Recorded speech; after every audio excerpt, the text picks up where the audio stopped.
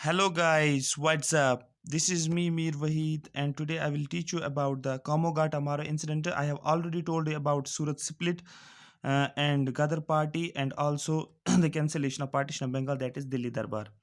ठीक है, तो इस चैनल को सबसे पहले सब्सक्राइब करो और दूसरी बात वीडियो को लाइक करो, ज़्यादा से ज़्यादा लाइक करो और अपने फ्रेंड्स में शेयर करो. I am presenting this lecture series through triple S, one of the best platform for free education, right. तो ज़्यादा से ज़्यादा अपने फ्रेंड्स को इनवाइट करो, ठीक है. आज जो हम स्टार्ट करने वाले हैं वो हम स्टार्ट करने वाले हैं कोमोगाटा मारो इंसिडेंट क्या होता है. और मुझे पूरी उम्मीद है कि आप लोग क्या कर रहे हो, आप लोग रिवाइज भी साथ साथ कर रहे हो, राइट. हाँ, तो मुझे पूरी उम्मीद है आप चीज़ों को रिवाइज़ कर रहे हो, साथ-साथ नोट्स भी बनाते हो. देखो गाइस, कल मैंने आपको बताया था, जब मैंने बोला था कि मॉडरेट्स का जो स्प्लिट हुआ था, मतलब मॉडरेट एक्सट्रीमिस्ट का स्प्लिट हुआ था, मॉडरेट्स ने एक्सट्रीमिस्ट को एक्सपेल आउट किया. यहाँ तक ठीक है. वहाँ पर मैंने बोला आइडियोलॉजिकल डिफरेंस, वहाँ पर मुझे थोड़ा मिस्टेक हुआ था, ठीक है. आइडियोलॉजिकल डिफरेंस जो था, आइडियोलॉजिकल डिफरेंस ये था कि एक्सट्रीमिस्ट्स और मॉडरेट्स, ठीक है, एक्सट्रीमिस्ट्स डिमांड कर रहे थे किसकी, लाला लाजपत राय की, इसको प्रेसिडेंट बनाया जाए. ध्यान से समझो, एक्सट्रीमिस्ट्स की डिमांड थी कि लाला लाजपत राय, जो लाला जी को क्या बनाया जाए, प्रेसिडेंट बनाया जाए. ध्यान से समझो इस बात को, लाला जी को प्रेसिडेंट बनाया जाए, ठीक है. लेकिन मॉडरेट्स ने क्या किया, उन्होंने किसको बना लिया, उसने रास बिहारी बोस को बना लिया, रास बिहारी घोष को बना लिया उन्होंने प्रेसिडेंट. बस यहाँ पर आइडियोलॉजिकल डिफरेंस, इतना ही आपको याद रखना है, इसको रेक्टिफाई कर लेना बस, ठीक है ना. तो आप एक काम क्या करो, साथ साथ इसको रिवाइज करो, फिर इसको टाइम नहीं लगेगा रिवाइज करने में, इसको इन लेक्चर्स को साथ साथ रिवाइज करो, हिस्ट्री को ये कंप्लीट करो, ठीक है. और किसी ने लिखा था कमेंट सेक्शन में कि सर जो मैंग्रोव से में से क्वेश्चन आया था, शायद क्लास फोर्थ को मैंग्रोव से क्वेश्चन आया था, तो ये सुनने में आया कि क्लास फोर्थ को मैंग्रोव से क्वेश्चन आया था. तो हाँ, ऐसे क्वेश्चन पूछ लेता, अगर एसएसबी क्लास फोर्थ में मैंग्रोव से क्वेश्चन पूछता है ना, तो दैट मीन्स स्टैंडर्ड फिर पेपर का ठीक ठाक देखने को मिल रहा है, ठीक है. चलो हम स्टार्ट करने वाले हैं. कल मैंने बताया था आपको 1913 तक दिल्ली दरबार भी मैंने आपको बताया था, 1911 की मैंने बात की थी, ठीक है, ये मैंने आपको बताया था. और उसके बाद मैंने बोला था आपको 1913 में जो गदर पार्टी थी, द गदर, जो एक वीकली न्यूज़पेपर था जिसका नाम था द गदर, उनके लीडर्स के बारे में भी मैंने आपको बताया था.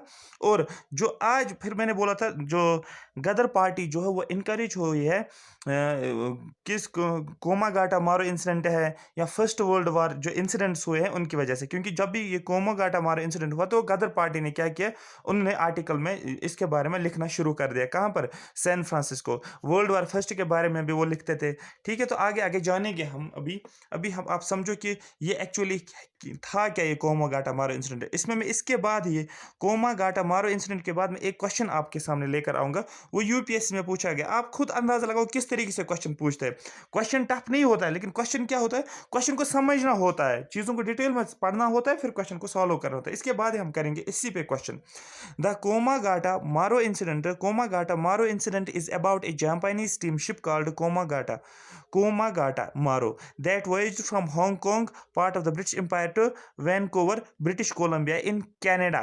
ठीक है, याद रखो ये कोमागाटा मारो इंसिडेंट जो है ये एक स्टीम शिप है, इतना आपको याद रखना. ये नेम है एक स्टीम शिप का, ठीक है.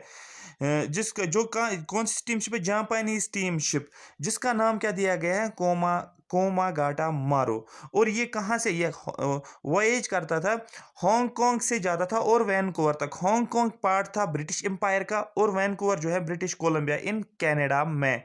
तो कहाँ से कहाँ तक ये शिप जाती थी, ये हांगकांग से लेकर कहाँ तक, वैनकूवर तक ये शिप जाती थी. लेकिन इसका पाथ क्या था, पाथ था, ये था, पास हो रहा था चाइना के शंघाई के थ्रू टू योकोहामा, और जापान को भी क्रॉस करता था इन द ईयर 1914.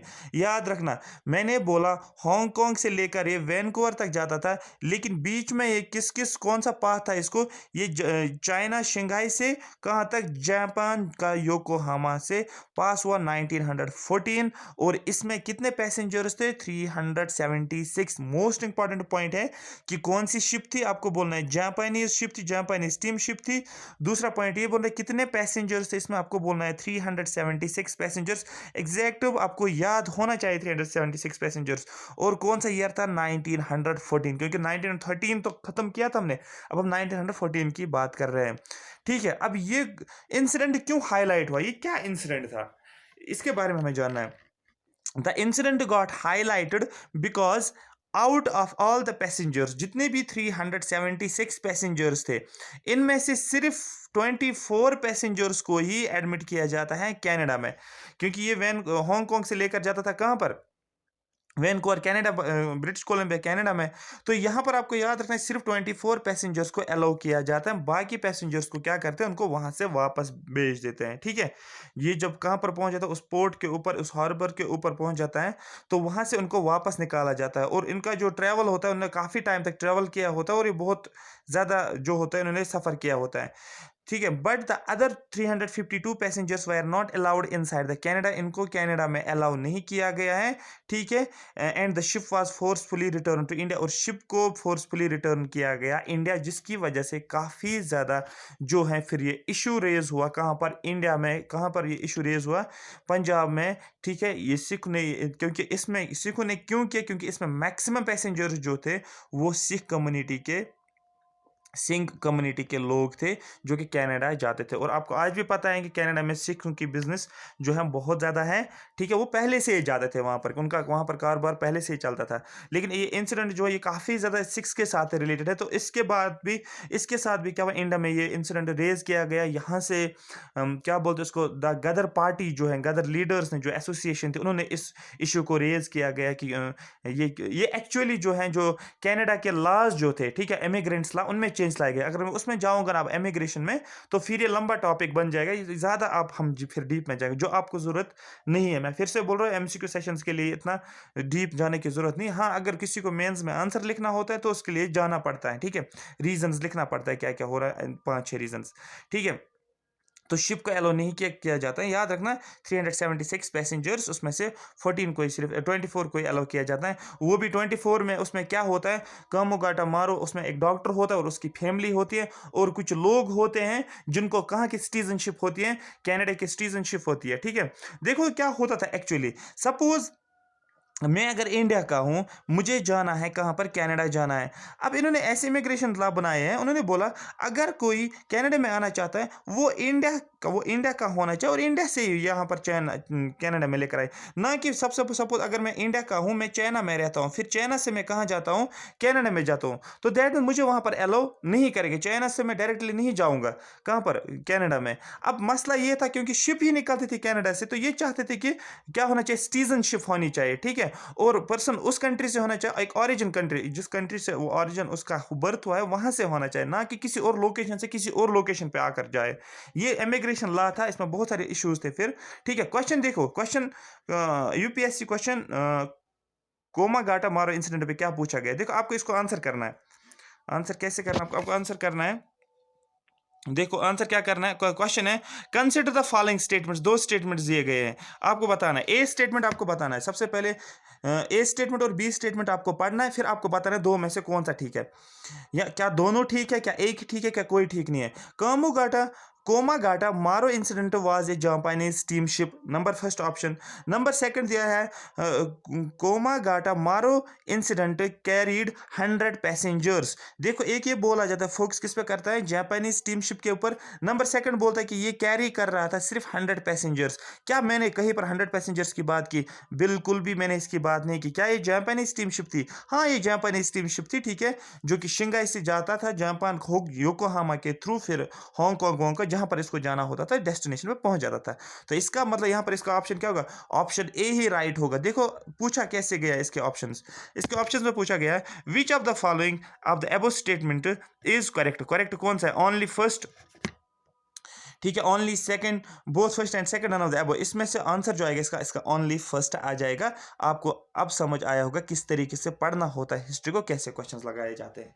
ये मैं इस इंसिडेंट पे एक क्वेश्चन, इस इंसिडेंट पे तो यही क्वेश्चन बनेगा। ठीक है, या क्वेश्चन पूछा जाएगा क्या ऐसा सिचुएशन था, आपको बोलना है जो वहां पर इमिग्रेशन लॉज को चेंज किया गया था वो था, लेकिन उतना डीप भी आपको जाने की जरूरत नहीं। आई होप यहाँ तक आपको ये पूरा समझ आया होगा। आज हम इससे आगे चलते हैं। ये 1914 का इंसिडेंट जो था, कोमोगाटा मारो इंसिडेंट, ये मैंने आपको बता दिया। आई होप यहाँ तक आपको समझ आया। अगर समझ में आया है तो आप ज़्यादा से ज़्यादा सबसे पहले थम्स अप करो, ठीक है, लाइक करो सबसे पहले लेक्चर को, ठीक है, और अपने फ्रेंड्स को भी इनवाइट करो, ठीक है। चलो हम जो आगे पढ़ने वाले हैं और वो है 1916 1914 से हम निकलेंगे बाहर। अब हम 1916 दैट इज़ लखनऊ पैक्ट। याद रखना लखनऊ पैक्ट। जब मैंने बोला 1907 की बात की थी, मैंने बोला सूरत स्प्लिट। सूरत स्प्लिट का मतलब क्या था कि एक्सट्रीमिस्ट्स को क्या किया गया, एक्सपेल आउट किया गया, निकाला गया था पार्टी से। किन्होंने, मॉडरेट्स ने। रीजन क्या था, वो चाहते थे क्या बोलते हैं, लाला जी को प्रेसिडेंट बनाया, लेकिन उन्होंने बनाया राज बिहारी बोस को प्रेसिडेंट बनाया। बहुत सारे रीजन है इसके, लेकिन अभी आप इतना ही याद रखो। तो आइडियोलॉजिकल बेसिस पे क्या था, स्प्लिट हुआ था, ठीक है। लेकिन मॉडरेट्स ने कोई अलग पार्टी, एक्सट्रीमिस्ट ने कोई अलग पार्टी नहीं बनाई, क्योंकि ये एक ही था, इनका एम सबका एक ही था, हमें इंडिपेंडेंस चाहिए। इनका एम एक ही था कि हम स्ट्रगल के लिए स्ट्रगल कर रहे हैं, फ्रीडम स्ट्रगल चल रहे हैं, तो इनको जरूरत नहीं पड़ी किसी और चीज की। यहां से 1908 में तिलक को यहाँ पर लेकर जाते हैं, क्या बोलते हैं उसको, जेल लेकर जाते हैं, वो भी फिर उसको छोड़ा जाता है 1914 में। 6 साल तक होता है। मैंने आपको बताया भी था कितने सालों के लिए, 6 सालों के लिए। किस जेल में, मंडाले जेल में, कहाँ पर, जो बर्मा में है, वो मैंने आपको बताया हुआ है। यहाँ तक आज हम पढ़े, यहाँ से आज पढ़ेंगे और आगे देखते हैं। आफ्टर सूरत स्प्लिट जो 1970 में होता है, again at the Lucknow session in 1916, the extremists were, however, welcomed back into the Congress by the moderates due to the rapidly changing political situation in the country, as well as the sincere efforts of Annie Besant in an Irish lady to forge unity among the nationalist. सुनो यहाँ पर हुआ क्या था, जब 1907 में split हुआ था, उसके बाद क्या हुआ था, तिलक को जेल लेकर गए थे, 1914 में उसको भी छोड़ा गया है। उसके बाद क्या देखे, पॉलिटिकल सिचुएशंस ऐसी क्रिएट हो गई कि मॉडरेट्स ने क्या किया, उन्होंने बोला कि हमें क्या करना है, हमें एक्सट्रीमिस्ट को वापस बुलाना है, और उन्होंने वापस बुलाया, वेलकम किया, वेलकम बैक किया। किनको, एक्सट्रीमिस्ट को। किन्होंने, मॉडरेट्स ने, ठीक है, याद रखना। लेकिन क्वेश्चन कब किया गया, आपको बोलना है लखनऊ पैक्ट में। लखनऊ पैक्ट का मतलब क्या होता है, जुड़ना, ठीक है। लखनऊ इसलिए नाम दिया क्योंकि ये सेशन जो हुआ था 1916 का, ये हुआ था लखनऊ में, इसलिए इसको बोला जाता है लखनऊ पैक्ट। याद रखना इसका सेशन का प्रेसिडेंट कौन था, याद रखना, वो भी आपके बताऊंगा मैं। लेकिन ये जो लखनऊ पैक्ट जो हुआ था, जब मॉडरेट्स को, एक्सट्रीमिस्ट्स को वेलकम बैक किया गया बाय मॉडरेट्स के जरिए से, तो ये एफर्ट किसने लगाया, किसने बोला कि आपको उनको बुलाना ही पड़ेगा, आपको पैक्ट करना ही पड़ेगा, आपको फिर से मिलने की जरूरत है। ये एक लेडी थी, ठीक है, एक वुमेन थी, जिसका नाम था एनी बेसेंट, जो कि आयरिश लेडी थी, क्योंकि इसने आयरिश में जो स्ट्रगल था वहां पर भी चल रहा था कुछ, उसमें उसने पार्टिसिपेशन किया था, उसको काफी ज्यादा एक्सपीरियंस थी, ठीक है। और इसने बोला इनको कि अगर आपको आगे लड़ना है, ब्रिटिशर से इंडिपेंडेंस है, आपको पहले इकट्ठे होना है। और डेफिनेटली ये सही बात है, क्योंकि अगर जो लोग आप अगर आपस में ही लड़ेंगे तो काम तो होगा नहीं, वो तो फायदा ही होगा ब्रिटिशर्स को। तो इसने बोला कि नहीं, आप लोगों को मिलना है। तो क्वेश्चन आएगा कि जो लखनऊ पैक्ट जो हुआ था, उसका एफर्ट किसने लगाया, किसकी वजह से वो लखनऊ पैक्ट हुआ, आपको बोलना है sincere efforts of Annie Besant. Question आएगा, अगर ये नहीं आएगा कि एनी बेसेंट ने एफर्ट लगाया, क्वेश्चन आएगा कि एनी बेसेंट ये कहाँ की थी, क्या ये इंडियन थी, क्या ये आयरिश थी, क्या ये यूएस से थी, या किसी और जगह से थी। आपको बोलना ये आयरिश लेडी थी, आयरलैंड से थी, या ये, ठीक है, ये आपको याद रखना है यहाँ पर, ठीक है। तो इसकी वजह से यूनिटी क्या हो गई अमंग द नेशनलिस्ट, मॉडरेट्स और एक्सट्रीमिस्ट के बीच में यूनिटी देखने को मिला है। क्वेश्चन फिर पूछा जाएगा कि लखनऊ सेशन जो हुआ है, इसका प्रेसिडेंट कौन था, याद रखना है, इसका नाम था अंबिका चरण माजुमदार। याद रखो, याद रखो, इसका नाम था अंबिका चरण माजुमदार। क्वेश्चन पूछा गया है कि लखनऊ सेशन, जब लखनऊ पैक्ट होता है, उस सेशन का प्रेसिडेंट कौन है, आपको बोलना है अंबिका चरण माजुमदार। इसको मैं लिंक करूंगा सूरत स्प्लिट के साथ, किसको प्रेसिडेंट बनाया गया, आपको बोलना है राज बिहारी घोष को प्रेसिडेंट बनाया गया था, राइट, ठीक है। अब यहां पर लिखूंगा, and in this session a famous Lucknow pact was signed between Indian National Congress and Muslim League. यहां पर सिर्फ और सिर्फ इतना ही नहीं हो रहा है कि एक्सट्रीमिस्ट्स को बुलाया जाता है, extremists are welcomed back by the moderates, इतना ही नहीं हो रहा है। यहां पर क्या हो रहा है, मुस्लिम लीग और इंडियन नेशनल कांग्रेस के बीच में भी क्या हो रहा है, पैक्ट हो रहा है। ये भी क्या कर रहे हैं, इकट्ठे रह रहे हैं। अब जो इनका पर्पस होगा उसके लिए काम करें, मतलब दो चीजें होती है 1916 में। तो क्वेश्चन आता है कि लखनऊ पैक्ट में क्या होता है, क्या मॉडरेट्स को एक्सट्रीमिस्ट को वेलकम बैक किया जाता है बाय मॉडरेट्स के जरिए से, ऑप्शन ए होता है। ऑप्शन बी होता है, क्या मुस्लिम लीग और आईएनसी जो होता है वो पैक्ट करता है, ठीक है। ये भी दूसरा ऑप्शन। थर्ड होता है both first and second. Fourth होता है नन ऑफ द। आपको करना है बोथ को, क्योंकि दोनों इसी सेशन में, किसमें, लखनऊ पैक्ट में क्या होता है, दोनों ये चीजें देखने को मिल रही है। इस सेशन में ये दोनों चीजें देखने को मिल रही हैं। और यहाँ पर इसका मतलब मुस्लिम लीग और Indian national plus Indian National Congress का पैक्ट होता है। मतलब यहाँ पर क्या देखने को मिलेगा, हिंदू मुस्लिम यूनिटी देखने को मिलेगा, HMU देखने को आपको मिलेगा, Hindu Muslim unity. The pact which resulted largely due to Tilak's and Mohammad Ali Jinnah effort. Definitely अगर इंडियन नेशनल कांग्रेस से आएगा कोई ना कोई तो आएगा, तो मुस्लिम लीग से भी कोई ना कोई आना चाहिए ना। तो दैट मीन मुस्लिम लीग से जो होता है ज्यादा एफर्ट कौन देता है, वो देता है मोहम्मद अली जिन्ना। और इंडियन नेशनल कांग्रेस से कौन एफर्ट देता है, वो तिलक देता है। और मोहम्मद अली जिन्ना मैंने बोला था इसने कब पार्टिसिपेट, कब बना ये मेंबर किसका, मुस्लिम लीग का, मैंने बोला था 1913 में, अगर आपका कल का लेक्चर याद हो गया। इसलिए मैं फिर से बोल रहा हूँ, जिसने वो लेक्चर्स नहीं देखा ना, प्लीज पहले वो लेक्चर्स देखो, आपको सारा समझ में आ जाएगा और आपको बहुत मजा भी आ जाएगा सुनने में, ठीक है।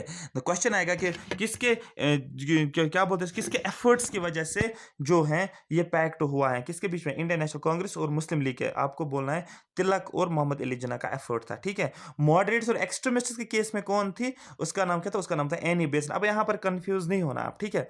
They put forward a joint scheme of political reforms based on separate electorate and demanded from British government A declaration of self government in India. इन्होंने दोनों ने एफर्ट्स लगाए इकट्ठे, इन्होंने बोला एक ही बात, दोनों ने बोली, दोनों पार्टीज मिलकर एक ही बात ब्रिटिशर्स को बोली कि हमें क्या चाहिए, पॉलिटिकल रिफॉर्म्स लाओ, हमें सेपरेट इलेक्टोरेट की जरूरत है, हमें चाहिए। ये इन्होंने डिमांड किया ब्रिटिशर्स को कि सेपरेट इलेक्टोरेट की डिमांड की थी। And demanded from British government A declaration of self government. इन्होंने बोला कि हमें सेल्फ गवर्नमेंट चाहिए, सेल्फ रूल चाहिए, जिसको ये स्वराज भी बोलते थे। अब ये सेपरेट इलेक्टोरेट क्या होता है, 1909 में 1919 वाला जब एक्ट्स में पढ़ाऊंगा वहां पर हमें समझना ही है कि सेपरेट इलेक्टोरेट का मतलब क्या होता है, ठीक है। अगर मैं अभी बताऊंगा उसको मजा नहीं आएगा, क्योंकि हमें ये दो जो है ये समझना ही है सेपरेट इलेक्टोरेट। पहले तो मुस्लिम्स को देते हैं, लेकिन 10 साल के बाद क्या बोलते हैं इसको, माइनॉरिटीज को भी देते हैं, हरिजन्स को भी देते हैं, सिख्स को भी देते हैं, अदर कम्युनिटीज को भी देते हैं सेपरेट इलेक्टोरेट। लेकिन समझना हमें क्या सेपरेट इलेक्टोरेट क्या होता है, ये उस लेक्चर में मैं लेकर आऊंगा जब मैं गवर्नमेंट ऑफ इंडिया एक्ट यहाँ पर बताऊंगा 1773, 1784, 1900,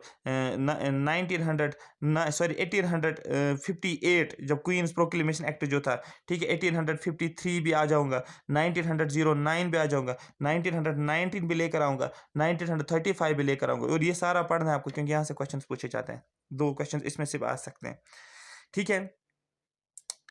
कहीं से भी पूछ सकते हैं ना वो, क्योंकि सिलेबस में दिया है उन्होंने, तो पूछ सकते हैं, ठीक है। यहाँ तक हो गए, चलो आगे चलते हैं। अब यहाँ पर मैंने क्या लिखा है, मैंने एक और पॉइंट लिखा है यहाँ पर, ठीक है। हाँ, न्यूज़पेपर्स ऑफ एनी बेसन, ठीक है। न्यू क्वेश्चन ये भी पूछा, क्योंकि मैंने यहाँ पर लिखा है, ये इसमें इसमें नहीं था, क्योंकि मैंने क्वेश्चन को देखा था, पूछा गया था, मैंने इसको वैल्यू ऐड किया यहाँ पर लिखा गया है न्यूज़पेपर ऑफ एनी बेसन फॉर HRM मतलब ये देखो मैं बताऊंगा आपको कौन कौन सा न्यूज़, इतना आपको याद रखना है, ठीक है, कि कौन कौन सा न्यूज़पेपर जो है, जो एनी बेसन जो पब्लिश करे थे। आपको बोलना है न्यू इंडिया एंड अमृत बाजार, बस इतना आपको याद रखना है। New India, new India and Amrit Amrit Bazar को। जैसे मैंने आपको तिलक के बारे में बताया, तिलक के बारे में मैंने क्या बताया था, मैंने बोला था तिलक दो न्यूज़पेपर को पब्लिश करा था। एक क्या था, एक था मराठा जो एक इंग्लिश लैंग्वेज में था, दूसरा था केसरी जो कि मराठी लैंग्वेज में था। एग्जैक्टली वैसे आपको बोलना है कि एनी बेसन के रिलेटेड कौन सा न्यूज़पेपर, आपको बोलना है न्यू इंडिया, ठीक है, और अमृत बाजार। याद रखा, न्यू इंडिया एंड अमृत बाजार, आपको ये चीज याद रखनी, ठीक है। यहाँ पर न्यू इंडिया और अमृत बाजार। और HRM का मतलब क्या है, ये मैंने शॉर्ट में लिखा है, इसको क्या बोलते हैं, ये होता है होम रूल मूवमेंट की हम यहाँ पर बात कर रहे थे। चलो आगे हम चल रहे हैं, यहाँ पर हम देखते हैं आपको ये भी समझ में आया जो मैंने ये पॉइंट बोला न्यूज़पेपर का, ये क्वेश्चन भी पूछा गया है। यहाँ पर होम रूल मूवमेंट स्टार्ट हुआ है 1916 में, और कब तक चला, 1917 में। देखते हैं कैसे स्टार्ट हुआ ये और कैसे खत्म हुआ ये, क्योंकि अगर कोई मूवमेंट स्टार्ट हो रहा है, क्यों स्टार्ट हो गया मूवमेंट, अगर खत्म हो रहा है, कोई भी मूवमेंट चल रहा है, क्यों खत्म हो गया, क्या रीजन थे स्टार्ट होने के, क्या रीजन है खत्म होने के, क्यों, किसने स्टार्ट किया और किसने खत्म किया, ये भी देखना है। चलो हम देखते हैं। The Home Rule Movement, the establishment of two Home Rule Leagues, one by Bal Gangadhar Tilak, Bal Tilak ने किया है in April 1916 at Pune, and the other by Annie Besant at Adyar Ashram near Madras in 1916 याद रखना home rule movement जो है दो home rule movement at A time start किया गया। नंबर 1 याद रखना एक तिलक ने स्टार्ट किया, उसने कब किया स्टार्ट, याद रखना इस पॉइंट को, तिलक ने जो स्टार्ट किया है उसने अप्रैल 1916 अप्रैल में किया है। ये किसने किया है, ये तिलक ने किया है। कहां पर किया है, पुणे में। क्वेश्चन पूछा जाता है कि होम रूल लीग पुणे में किसने स्टार्ट किया, आपको बोलना है होम रूल लीग पुणे में स्टार्ट किया है तिलक ने, बाल गंगाधर तिलक ने, कब 1916 में। फिर दूसरा पॉइंट है and the other by Annie Besant, दूसरा होम रूल लीग जो था वो किसने स्टार्ट किया है, वो एनी बेसेंट ने किया है। कब, 1916 में ही किया है, याद रखना 1916 में ही किया है, लेकिन कब, सितंबर में। तो कहां पर इसने किया है, ये मद्रास में। क्वेश्चन पूछा जाता है कि होम रूल लीग मूवमेंट पहले स्टार्ट किसने किया, आपको बोलना है वो किया है तिलक ने। क्यों, अगर आप डेट के हिसाब से देखो अप्रैल में स्टार्ट किया है, ठीक है, अप्रैल के बाद सितंबर आता है 1916 का, तो दैट मींस तिलक ने। क्वेश्चन पूछे थे तो पुणे में होम रूलिंग मूवमेंट स्टार्ट किसने किया, आपको बोलना है तिलक ने। और मद्रास में किसने किया, आपको बोलना है एनी बेसेंट ने। याद रखना होम रूलिंग मूवमेंट के साथ कौन रिलेटेड है, आपको बोलना है बाल गंगाधर तिलक भी और एनी बेसेंट भी रिलेटेड है, ठीक है, दोनों इसके साथ है। Under this movement Tilak covered Karnataka central province and bearer while rest of India was covered by any basin, ठीक है। अब यहां पर देखो इस मूवमेंट जो चल रहा था, होम रूल मूवमेंट चल रहा था, ठीक है। इस मूवमेंट के अंदर तिलक ने किस किस एरिया को कवर किया, याद रखना एक है कर्नाटका, सॉरी मुझे क्या बनाना लिखना था, एक है कर्नाटका, याद रखना इस पॉइंट को याद रखना, एक है सेंट्रल प्रोविंस, ठीक है, दो हो गए। तीसरा है बेरर, ये एक जगह है बेरर, याद रखना कर्नाटका सेंट्रल प्रोविंस और बेरर। ये पूछा जाता है विच ऑफ द फॉलोइंग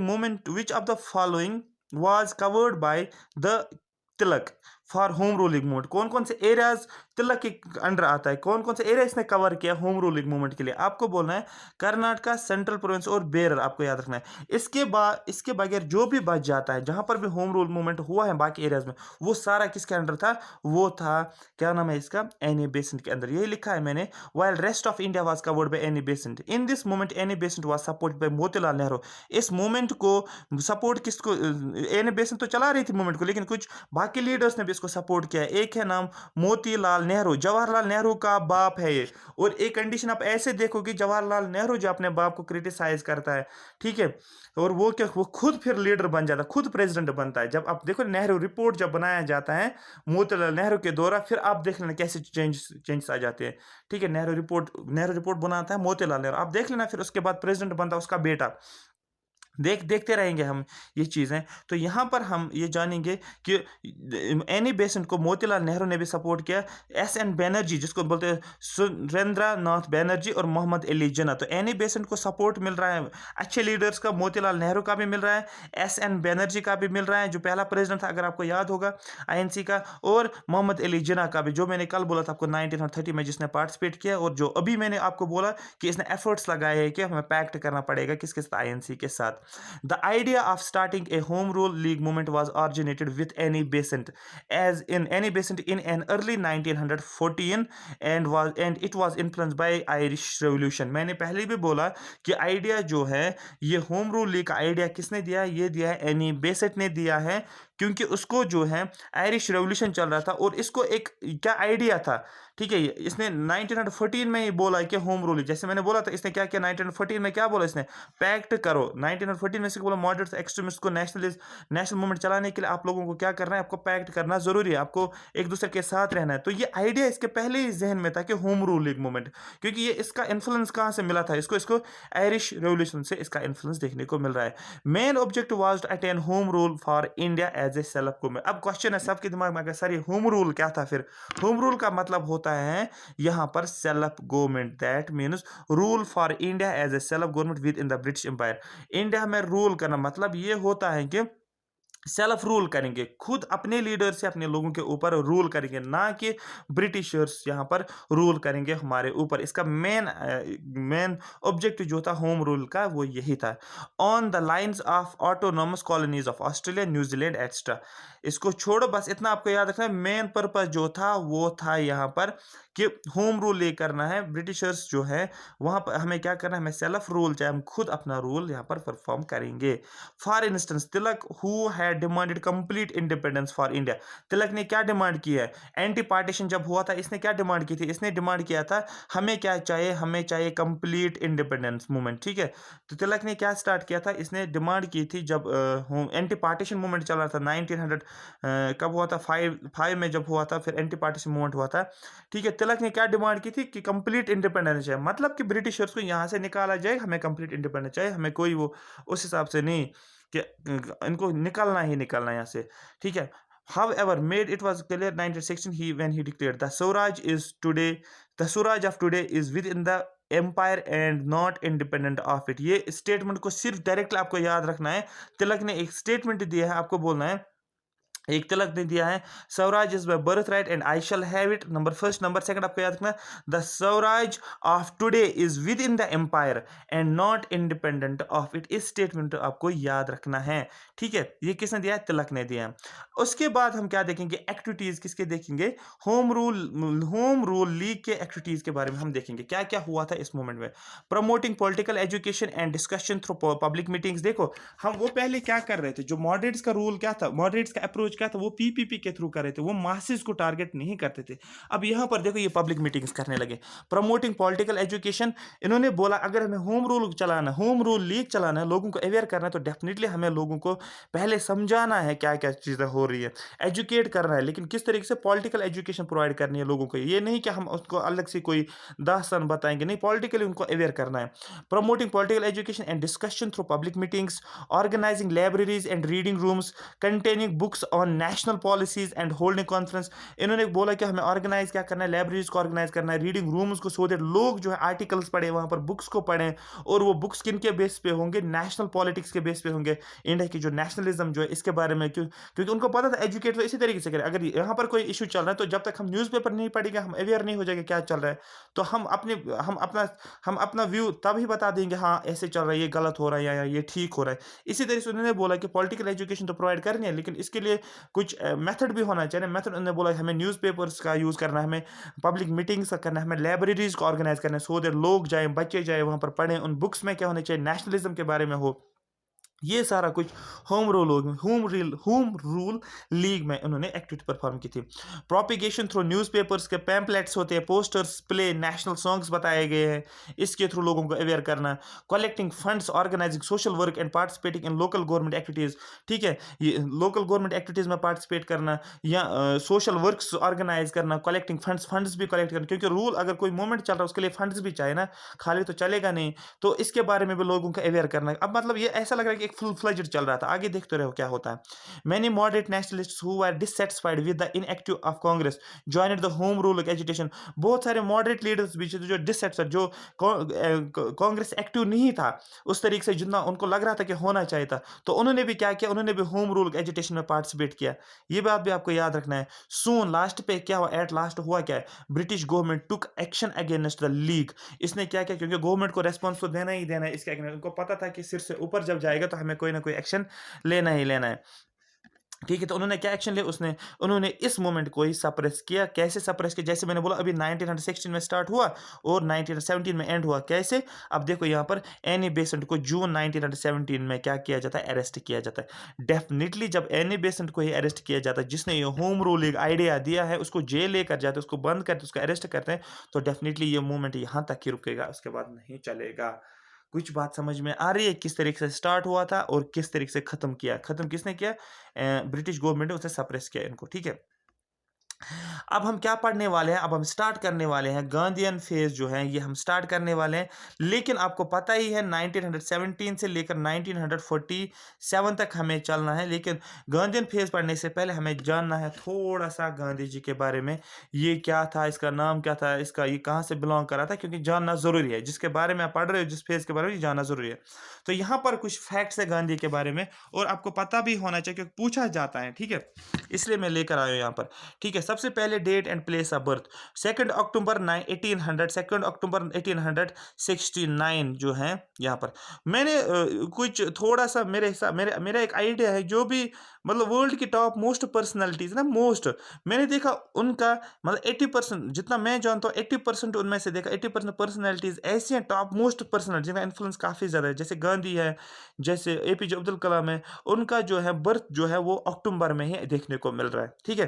अगर आप में से भी कोई अक्टूबर में बर्थ है तो आप भी ये है इंटेलेक्चुअल हो, फिर इसका मतलब आप भी कुछ ना कुछ करोगे ही करोगे।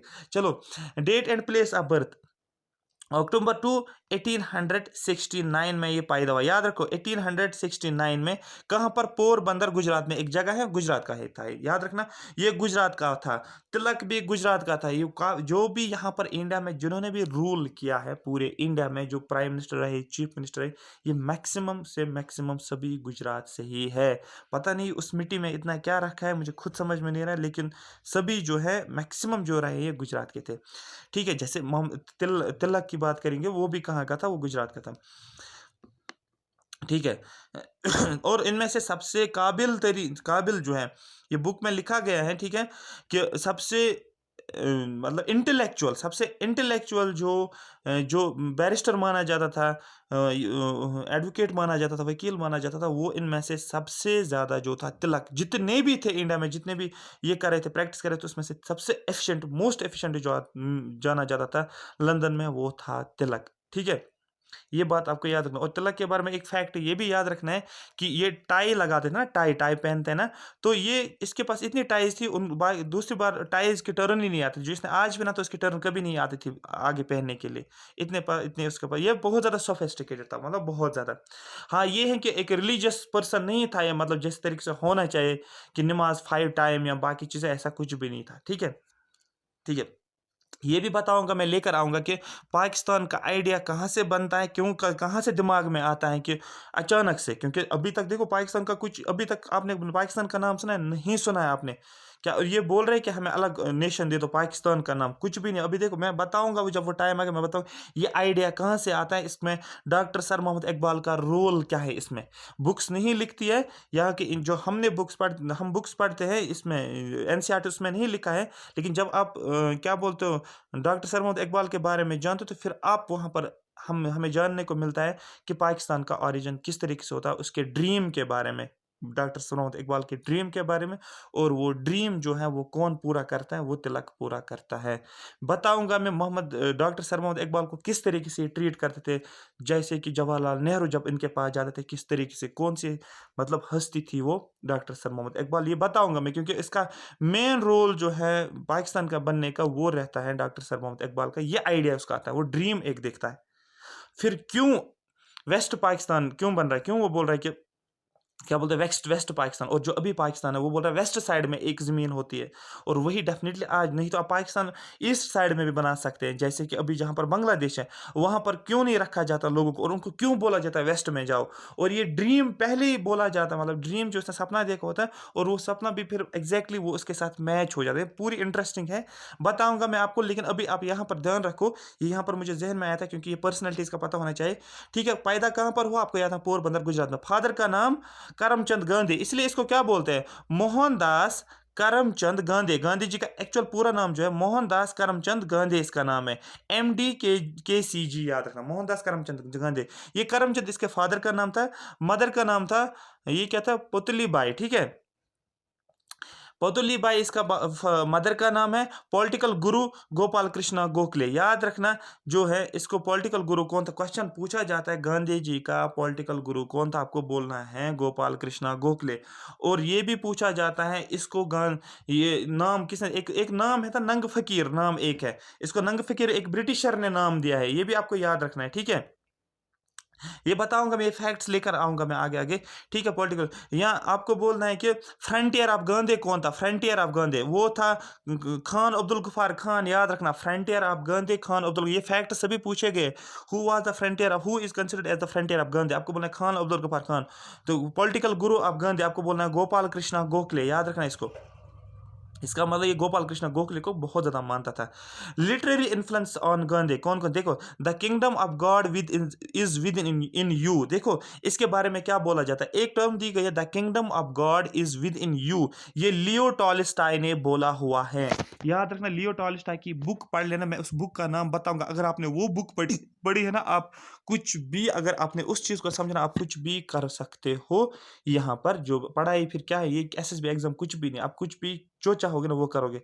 लियो टॉलस्टॉय की अगर बुक मैं बताऊंगा, उस बुक का नाम, उसका फ्रंट पेज भी भेजूंगा, तो आप पढ़ लेना वो, ठीक है। तो लियो टॉलस्टॉय ने किसका मतलब, देखो यहाँ पर खुद अंदाजा लगाओ, लियो टॉलस्टॉय इससे इन्फ्लुएंस होना ये छोटी बात नहीं है। अब आपको खुद शायद पता होगा, कुछ लोगों को पता होगा लियो टॉलस्टॉय कौन था, कुछ को नहीं पता, लेकिन नेट पे सर्च करना हुआ लियो टॉलस्टॉय, आपको खुद समझ में आ जाएगा।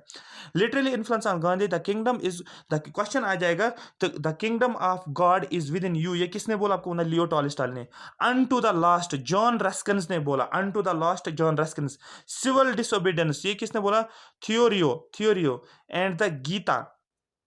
यहाँ पर एक और चीज देखेंगे आगे, लिटरेरी वर्क्स, यहाँ पर आप आगे आगे देखो, लिटरेरी वर्क्स जैसे मैं यहाँ पर बोल रहा हूँ, वन मैन बाउंड्री फोर्स, ये भी लिखो, वन पूछा गया एग्जाम इसलिए मैं लिख रहा हूँ, one man boundary force, this title was given by एटले टू गांधी। एटले, जब हम पढ़ेंगे ना, एटले मिशन पढ़ेंगे हम, जब इंडिया इंडिपेंडेंट होता है, कब, जब इंडिया इंडिपेंडेंट होता है 1947 में, फिर कौन सा एक मिशन आता है जिसको बोलते हैं एटले मिशन, वहां पर ही बोला जाता है उस एटले के जरिए कि इंडिया को इंडिपेंडेंट करो, ठीक है, वही बोलता है कि इंडिया को इंडिपेंडेंस मिलनी चाहिए। तो इस एटले का ही बोला, वन मैन बाउंड्री फोर्स इसको बोला जाता है। देखो कितने टाइटल्स मिलते हैं यहाँ पर। एक और लिटरेरी, हिंद स्वराज, हिंद स्वराज याद रखना, हिंद स्वराज का नाम, हिंद स्वराज याद रखना 1909 में, याद रखना हिंद स्वराज जो आया हुआ है 1909 में। माई एक्सपेरिमेंट्स विथ ट्रूथ भी इसने बोला है, अगर आपको पता होगा ऑटोबायोग्राफी है इसका मतलब। देखो एक होता है बायोग्राफी, एक होता है ऑटोबायोग्राफी। बायोग्राफी और ऑटोबायोग्राफी में फर्क क्या है, बायोग्राफी जो होती है जो खुद लिखी, जो कोई और लिखता है किसी और पर्सन के बारे में, ऑटोबायोग्राफी जो खुद अपने बारे में आप लिख सकते हो, ठीक है, ठीक है। यहाँ पर लिखना याद रखना, हिंद स्वराज भी इसके इसने दिया है, हिंद स्वराज के बारे में बोला 1909 में। माय एक्सपेरिमेंट्स विद ट्रूथ इसके बारे में इसने बोला है। ये क्वेश्चन आएगा कि माय एक्सपेरिमेंट्स विद ट्रूथ ये किसने लिखा, आपने बोला गांधी ने, और आपको बोलना है ये किसके बारे में, आपको बोलना है ये autobiography written in Gujarat language, ये किस लैंग्वेज में, गुजराती लैंग्वेज में। एज एन एडिटर, एडिटर भी रहा ये इंडियन ओपिनियन, हारिजन का कॉन्सेप्ट इसने दिया, ठीक है। ये इसने बोला चिल्ड्रन, हारिजन का एक्चुअली मतलब होता है चिल्ड्रन ऑफ गॉड। जब हम पढ़ेंगे ना बी आर अम्बेडकर की बात करेंगे, आगे आगे देखेंगे बी आर अम्बेडकर ने भी क्या ड्रामा किया है, आगे आगे फिर किस तरीके से वो इसको उसको वो फिर ज्वाइन कर लेता। अदरवाइज वो भी सेपरेट इलेक्टोरेट के लिए बहुत ज़्यादा लड़ता था, जैसे पाकिस्तान ने डिमांड की थी सेपरेट, मुस्लिम लीग ने डिमांड की थी सेपरेट इलेक्टोरेट। फिर गांधी जी किस तरीके से भूख हड़ताल पे, फास्ट पे उनको क्या करता था, फिर जेल में फास्ट करता था, और फिर काफ़ी ज़्यादा लीडर्स आकर कन्विंस करते हैं बी आर अम्बेडकर को कि आप क्या करो, आप आके बापू जी मर जाएगा, नहीं तो अगर आप सेपरेट इलेक्टोरेट की डिमांड करोगे। फिर इसलिए बोला जाता है हारिजन जो होता है चिल्ड्रंस ऑफ गॉड, ये कॉन्सेप्ट कौन देता है, ये इनको नाम देता है गांधी जी। इंडियन ओपिनियन का भी एडिटर रहा गांधी जी, हारिजन का भी, यंग इंडिया का भी, in India in and Gujarat, named Navjivan, याद रखना नवजीवन, ये आप पढ़ लेना आपको समझ में आ जाएगा। अदर नेम्स, महात्मा इसको दिया गया, महात्मा का मतलब होता है सेंट, साधु जिसको बोलते हैं महात्मा, महात्मा गांधी इसको टाइटल दिया गया है, याद रखना, ठीक है, इसको पहले से नहीं था। ये सेंट, ये महात्मा नाम किसने, क्वेश्चन पूछा जाता who gave the title of Mahatma to the Gandhi ji, आपको रविंद्रनाथ टैगोर ने नाम दिया हुआ, रविंद्रनाथ टैगोर ने। राष्ट्रपति भवन आपने सुना होगा, राष्ट्रपति भवन तो यही बोला जाता है राष्ट्रपिता, generally father of the nation, आपने सुना होगा राष्ट्रपति भवन, एग्जैक्टली वैसे आपको याद रखना है, राष्ट्रपिता मतलब फादर ऑफ नेशन, ये सुभाष चंद्र बोस ने बोला हुआ है, ठीक है। नंग फकीर या ट्रेटर फकीर, ये विंस्टन चर्चिल ने, हम चर्चिल के बारे में आपको पढ़ना है, ये ब्रिटिश का प्राइम मिनिस्टर था, ठीक है, इसके बारे में हमें जानना है। तो विंस्टन चर्चिल ने इसको क्या बोला है, ये ज्यादातर क्या पहनता था, इसके पास एक स्टिक होती थी और उसके पास वो कपड़े होते थे ना थोड़ा थोड़ा, और उसकी टांगे दिखती थी, उसको इसलिए नाम दिया गया। फिर उसी के ऊपर नंग फकीर, जनरली हम ये वर्ड एक है बस, अदरवाइज इसका ऐसा कुछ नहीं है क्योंकि मीनिंग है ट्रेटर फकीर, ठीक है। यूएनओ नोट, यूएनओ अब देखो यूएनओ ने भी क्या किया है, UNO declared October 2 as international non violence day, याद रखना, आपको पता होगा जैसे जून 5 क्या होता है, इन्वायरमेंटल डे होता है, वर्ल्ड इन्वायरमेंटल डे, इसी तरीके से अक्टूबर 2 को क्या कंसिडर किया जाता है, non violence day, international non violence day. ये किसने डिक्लेयर किया, यूएनओ ने। क्वेश्चन आता है क्यों? क्योंकि गांधी जी का मेन फोकस जो था, ये जब कोई भी स्ट्रगल स्टार्ट करता है, इसका कुछ मतलब ये समझो कुछ एजम्पशंस ही ले लो, या ये बोलो कि कुछ रूल थे इसके। एक तो इसका पास नॉन वायलेंस था, एक ट्रुथ पे बेसिस था। जो भी सत्याग्रह इसका कॉन्सेप्ट था, सत्याग्रह का concept was based only on the truth and non violence. ये बोला था जब अगर हमें कोई काम करना है, हमें नॉन वायलेंस चाहिए, वायलेंस अगर हो गया तो मसला हो जाएगा। ठीक है, आई होप यहाँ तक आपको ये समझ आया होगा अच्छे से। अगर समझ आया है तो जल्दी से जल्दी सब लाइक करो, और कमेंट सेक्शन में लिखा करो सभी लोग कि कैसा सेशन लगा है। क्योंकि जब कमेंट सेक्शन में कमेंट्स भी ठीक ठाक होते हैं ना, तो उससे भी एक अच्छा सा मैसेज आता है कि नहीं, ये चैनल जो है ठीक ठाक चल रही है। तो वो आपको करना है ना, अगर हम इतना एफर्ट्स लगाते हैं उतना तो आप कर सकते हो। लाइक तो कर सकते हो, अगर आप वॉच करो आपको कुछ फ़ायदा हो रहा है तो लाइक तो बनता है। ठीक है, इतना भी अगर नहीं करोगे तो फिर क्या? ठीक है, बट स्टिल मैं लेक्चर तब भी लेकर आऊँगा, मैं रुकने वाला नहीं हूँ आप लोगों के लिए। ठीक है, तो अगर आपको लग रहा है कि ये लाइक करने वाला सेशन है तो आप इसको लाइक करो। तो कल हम आगे चलेंगे, फिर 1917 से लेकर 1947 तक कंप्लीट करेंगे। So thank you so much for watching me.